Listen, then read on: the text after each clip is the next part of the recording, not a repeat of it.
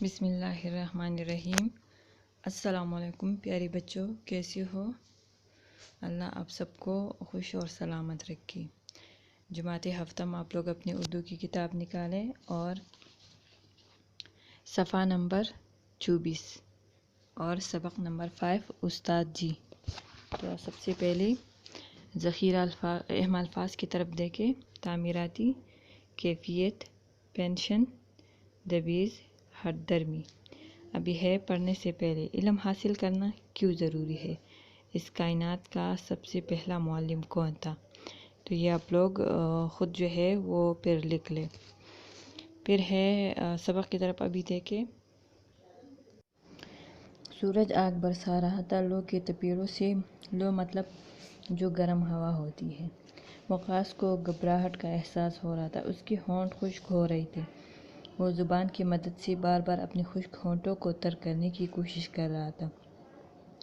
یہ ایک سرکاری بینک تھا، اس بینک کی دوسری منزل پر تعمیراتی کام جاری تھا۔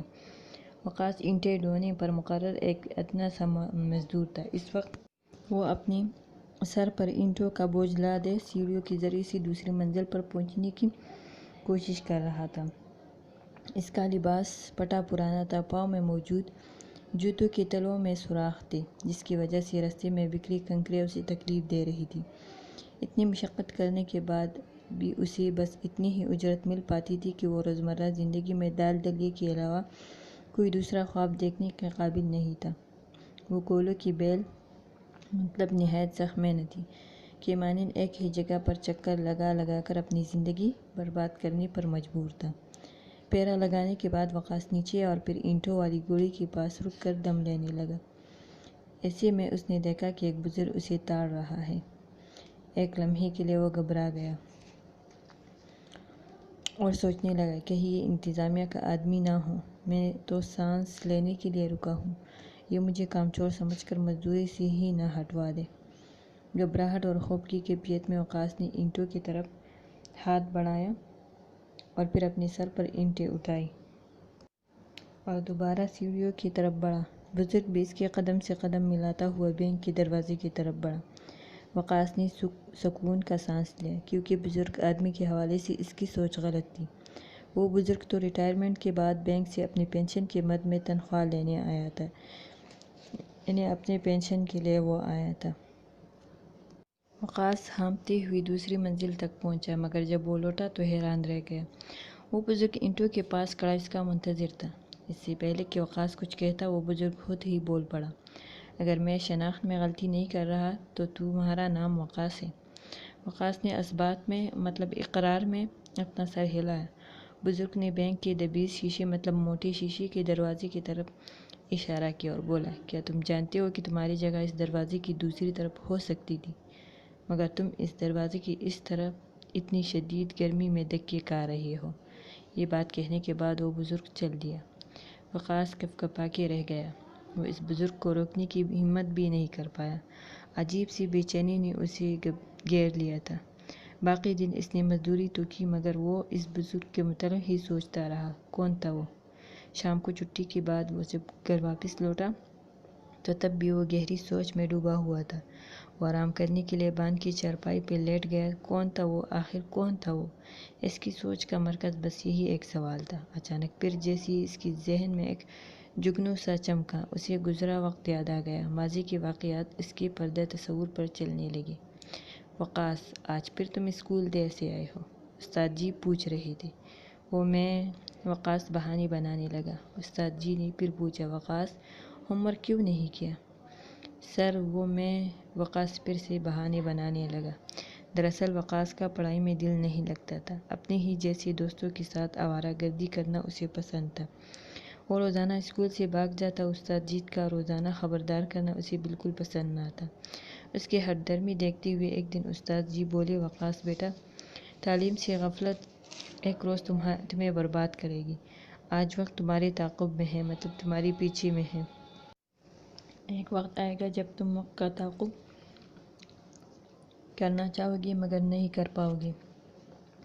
وقاص استاد جی کی بات سمجھے بغیر جلدی سے بولا، استاد جی تعلیم کا فائدہ ہی کیا ہے؟ میرا باپ مزدور ہے، میں بھی مزدوری کر لوں گا۔ یہ سن کر استاد جی سرد آہ بھر کے رہ گئی اور پھر تعصب سے بولی، یہ دھوپ اور چھاؤں کا فرق ہے، ابھی تم اس فرق کو سمجھ نہیں پاؤ گی، ایک وقت آئے گا جب تم اس فرق کو سمجھ لو گی، مگر میں ڈرتا ہوں کہ تب تک بہت دیر ہو چکی ہوگی۔ چند روز بعد وقاص اسکول سے ایسا بھاگا کہ پھر کبھی لوٹ کے واپس نہیں آیا۔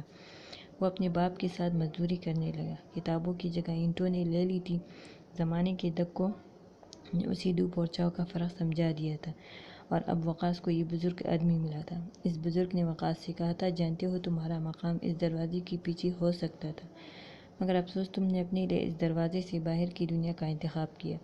اب استاد صاحب کی بات وقاص کی سمجھ میں آ گئی تھی۔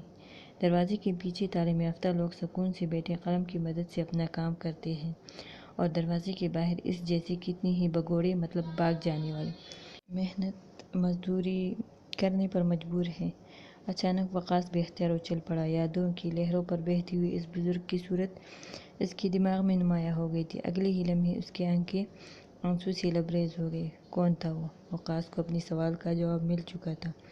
وہ بزرگ کوئی اور نہیں، اس کی استاد جی تھی۔ استاد جی کا اندیشہ سچ ثابت ہو چکا تھا، اور وقاص یہ بات سمجھنے میں بہت دیر کر چکا تھا۔ تو بچوں، یہ سبق جو ہے یہ تعلیم کی اہمیت کے حوالے سے ہے۔ یعنی سب سے پہلے جو ہمارا استاد ہے، معلم ہے، وہ کون ہے؟ وہ اللہ تعالیٰ ہے۔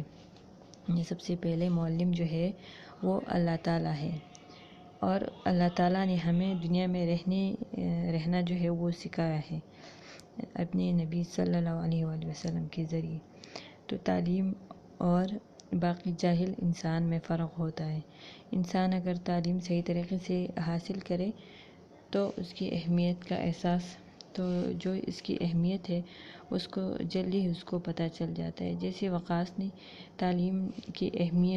تعلیم کو بالکل بھی اہمیت نہیں دی، تو وہ گرمی میں اینٹیں اٹھا کر دوسری منزل تک لے جا رہا تھا، جو کہ بہت زیادہ مشکل کام تھا۔ یعنی آپ لوگ بھی تعلیم حاصل کرنے کی طرف توجہ دیں، محنت کرنے کی طرف توجہ دیں، نہ کہ آپ لوگ یہ کہو گے کہ نقل کر کے ہم پاس ہو جائیں گے، تو وہ بھی کچھ تعلیم نہیں ہے۔ اپنی عقل سے، اپنی محنت سے ہی سب کچھ جو ہے وہ انسان کو مل سکتا ہے۔ ابھی آپ لوگ دیکھیں پڑھنے کے دوران میں وقاص کہاں کام کرتا تھا، پھر زمانے کے دھکوں نے وقاص کو کیا سمجھایا، اس کہانی سے آپ نے کیا سبق سیکھا۔ تو یہ تینوں سوالات آپ لوگ خود کر لیں، یعنی اس کی سبق آپ لوگوں نے پڑھا ہے تو جوابات بھی آپ لوگوں کو آنی چاہیے۔ پھر ہے آئیے مزید جانیں۔ اللہ تعالیٰ نے قرآن مجید میں نبی کریم صلی اللہ علیہ وسلم کو یہ دعا سکھائی، ربی زدنی علما، اے میرے رب میرے علم میں اضافہ فرما۔ تو یہ دعا ویسے بھی آپ لوگ کو پڑھنا چاہیے، کیونکہ یہ علم میں اضافے کے لیے پڑھی جاتی ہے۔ اور ابھی آپ لوگ مشکل الفاظ کی جو معنی ہے اس کی طرف دیکھیں۔ معنی سیکھیں۔